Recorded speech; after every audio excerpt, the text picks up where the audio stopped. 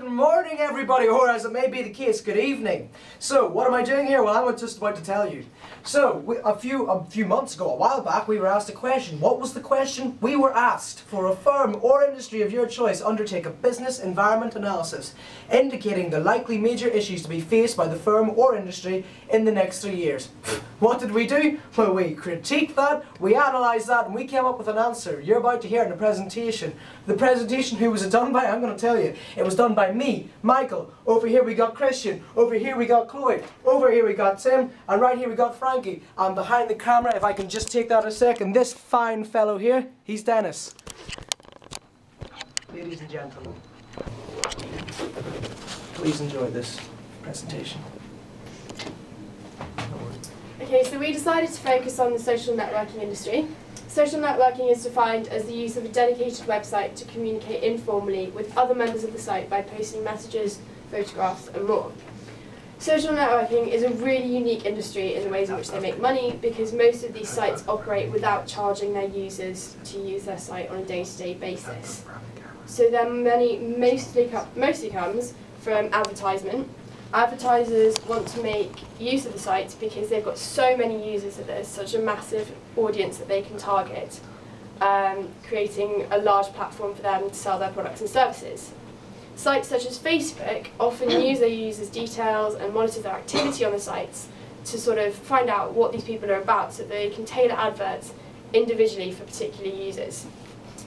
The sites also create a market for themselves. Although they don't specifically charge their users to use the site on a day-to-day basis, they can get money directly from them by encouraging apps and games, and within these things you can buy features such as coins to improve your score, which is very popular with users, and this helps to improve these companies' revenues.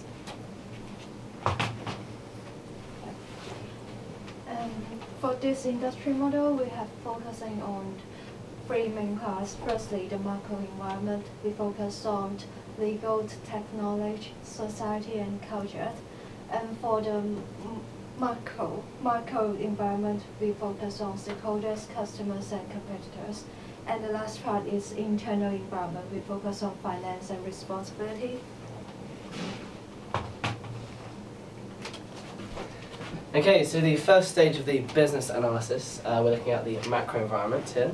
What we're going to focus on is kind of how each stage, the legal, technology, society and cultures, and the saturation of the market, how each part of this might impact the growth of specific social networking sites over the next 3 years.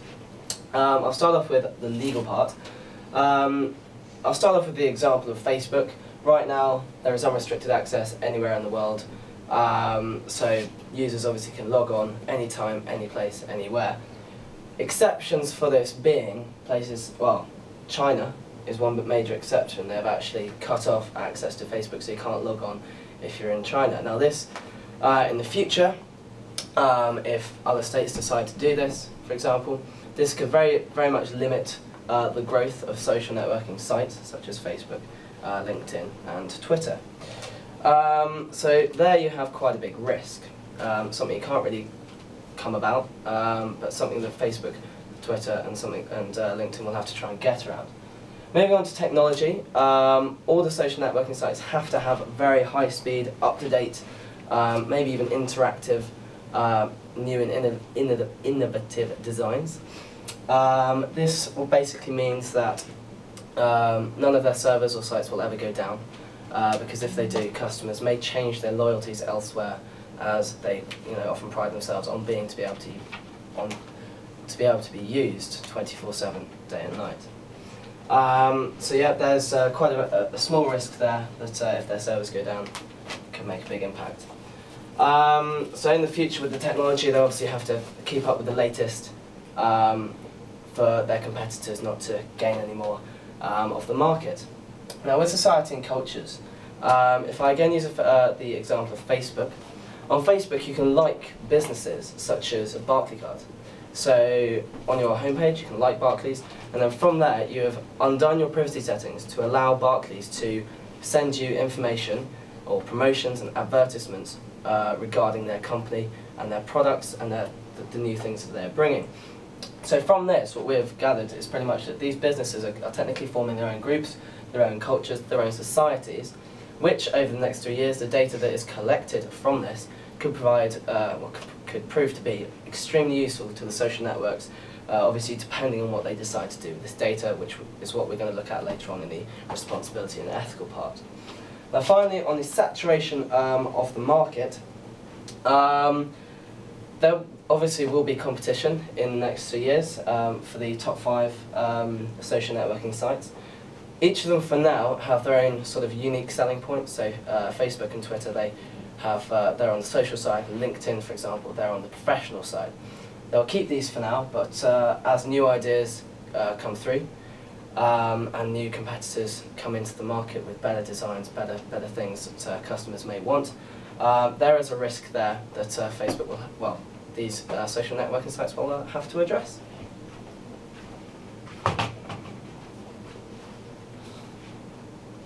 Hi again. So I'm going to talk to you about the microenvironment, and first of all we're going to start with the stakeholders. Now, the stakeholders in the social networking companies are the lifeblood of the company. Without the needed beginning capital investments from the people who begin and then invest further in these companies, social networking would never have taken off in the massive way it has. It is now a part of everybody's daily life. The sites now have a duty to these initial investors to now become more and more profitable. They need to become more commercial and try and make as much money for these people who really took a massive gamble in these companies in the first place. Secondly, the customers. Now, there are a massive amount of customers when it comes to social networking. First of all, us, the general users. A site like Facebook. We don't pay with money, but we do pay in a way. What we pay with is personal information, because as it turns out, personal information today is a commodity, because our information is sold from these sites to companies, to advertising companies. And that leads me on to these advertising companies, because they are also a customer to the social networking sites. Again, we'll take Facebook as the case study. Facebook sell the information on to these companies, and then they tailor their advertising towards you as an individual user to things that they've picked up on, things that you like. So say it seems that you're interested in banking, Barclays will be on your page, that'll come up. That's how they do it. Finally, customer retention. And this is the fact that social networking has become so big. They need to keep on being innovative, or else they're going to lose the customers, because there's about 10 more sites doing the exact same thing. And that's what we mean by customer retention. They need to keep bringing up the goods for us to keep going to them. Thank you.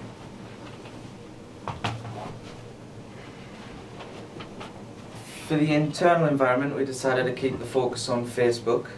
As Frankie said earlier, the finance mainly is formed by advertising. However, they also, for some of the games, can receive money directly from the customer by selling coins that are quite spendable on the game. Moving on to responsibility, the age for a Facebook profile is currently 13. This means Facebook have a huge duty to take care of their information, because they're under many ages. And obviously you don't want that information getting in the wrong hands. To combat this, Facebook allow privacy settings, as it says there, which allow the Facebook user to tailor their page to show whoever they want to. And that was used to combat that problem. Customer data at the moment isn't sold on. However, in the future, it could be sold on as another source of income. That's my big thank you. Okay, in conclusion, in the next 3 years, a lot of things have happened and will happen. The social network industry is not anything else. It's like technology. It moves fast and unpredictable. Think about that. There could be many competitors or different alternatives to beat that. In addition, customer data may be sold even more. Like other things, on a much larger scale than we know now, there might be some systemic risk in the form of policies and legal provisions. And competition will undoubtedly be fierce. Concluding thought. So, the final thought. Digital social networking platforms don't offer anything that we cannot do ourselves. So,